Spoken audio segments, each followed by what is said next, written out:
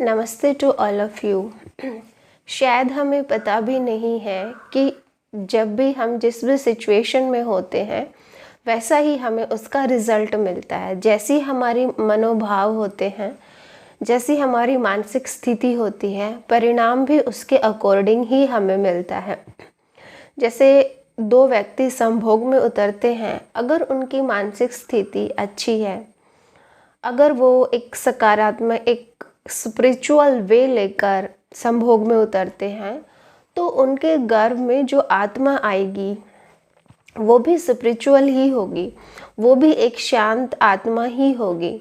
लेकिन अगर दो व्यक्ति क्रोध से भरकर संभोग में उतरते हैं, तो उस समय जो आत्माएं प्रेजेंट होंगी, उनका जो बीज है वो भी क्रोध का, हिंसा का ही होगा।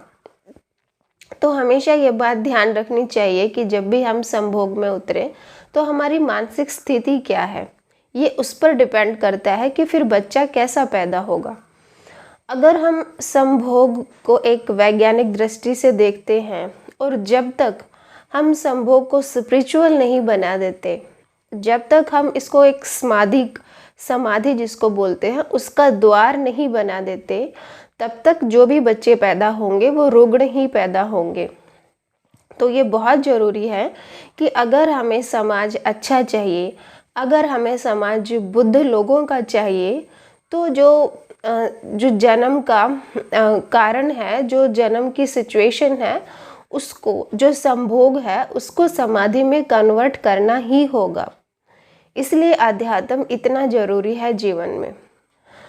वैसे तो हम हिंसा चिल्लाते रहते हैं हमेशा, हमें शांति चाहिए, हमें अहिंसा चाहिए, लेकिन फिर भी इतने राजनेता इतने समय से लगे हुए हैं शांत समाज बनाने के लिए, सुशिक्षित सुसभ्य समाज विकसित करने के लिए, लेकिन सबके सब फेल हो गए हैं।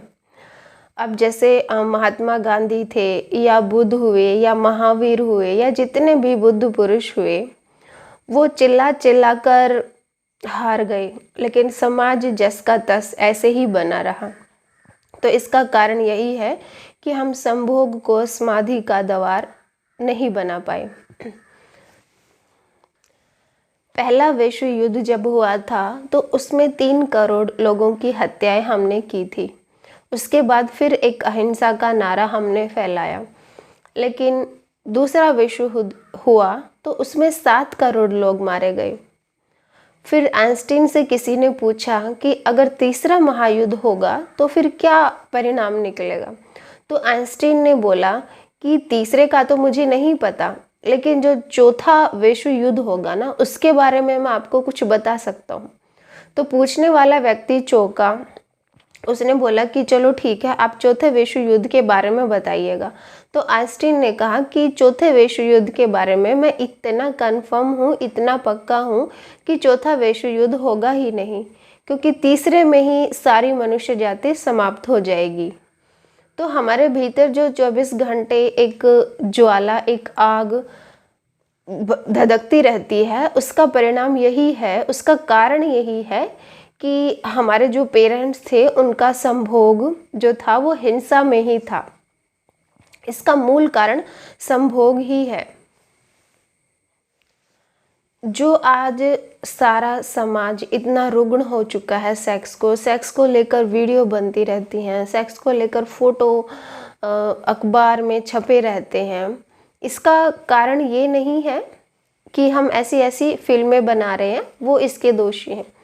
इसके दोषी वो लोग हैं जो हमें सेक्स एक पाप है, संभोग बुरी चीज़ है, ये नहीं करनी चाहिए। ये ऐसे धर्मात्माओं का परिणाम है जो हमें आगे से समझ लेना चाहिए कि जो व्यक्ति हमें ये शिक्षाएं दे रहा है जीवन ऊर्जा के विरोध में, वो सेक्स का सबसे बड़ा अपराधी है। अमेरिका के मनोवैज्ञानिकों ने पता लगाया कि न्यूयॉर्क में केवल 18% व्यक्ति ही स्वस्थ हैं। बाकी जितने 82% लोग बच गए, वो सारे के सारे मानसिक बीमार हैं, वो पागल हैं। और अभी बहुत थोड़ा समय बचा है कि जब सारी मनुष्य जाति पागल हो जाएगी। और इस और इस चीज़ का अंदाज़ा आप अपने आप भी बैठकर लगा सकते हो। अगर हमें राह चलते या बैठे हुए कोई थोड़ा सा भी धक्का मार देता है तो हमारी मानसिक स्थिति बिगड़ जाती है। हम उस आदमी को मारने के लिए उतारू हो जाते हैं। छोटी छोटी बातों में चाकू, तलवार, छुरी चल जाती हैं। तो ये हमें क्या दर्शा रहा है? इंसान में इतनी भी अंदर स्टेबिलिटी नहीं है कि वो छोटी छोटी चीज़ों को इग्नोर करना सीख सके। उसके अंदर स्टेबिलिटी नहीं है, उसके अंदर सकारात्मकता नहीं है, उसके अंदर प्योरिटी नहीं है। और जितनी भी हिंसा हमारे भीतर भरी हुई है उसका परिणाम यही है कि हम संभोग को समाधि में नहीं बदल पाए। हमें अपनी जीवन ऊर्जा को हमेशा बचा कर रखना होगा। अगर हम जीवन की ऊंचाइयां चाहते हैं तो सेक्स के थ्रू जो एनर्जी ड्रेन कर रहे हैं, जो इस एनर्जी को हम नालियों में बहा रहे हैं, उसको अच्छी दिशा देनी होगी, उसको रोकना होगा। अगर हम चाहते हैं जीवन में ऊपर उठना, अपनी चेतना का विस्तार करना, तो हमें संभोग को या सेक्स को अच्छे से समझना होगा।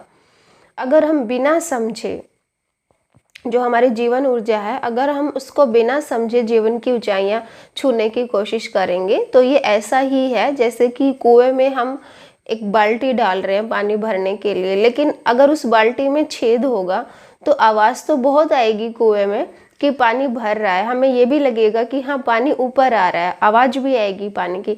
लेकिन जब वो बाल्टी हमारे ऊपर हाथ में होगी तो वो बाल्टी खाली होगी।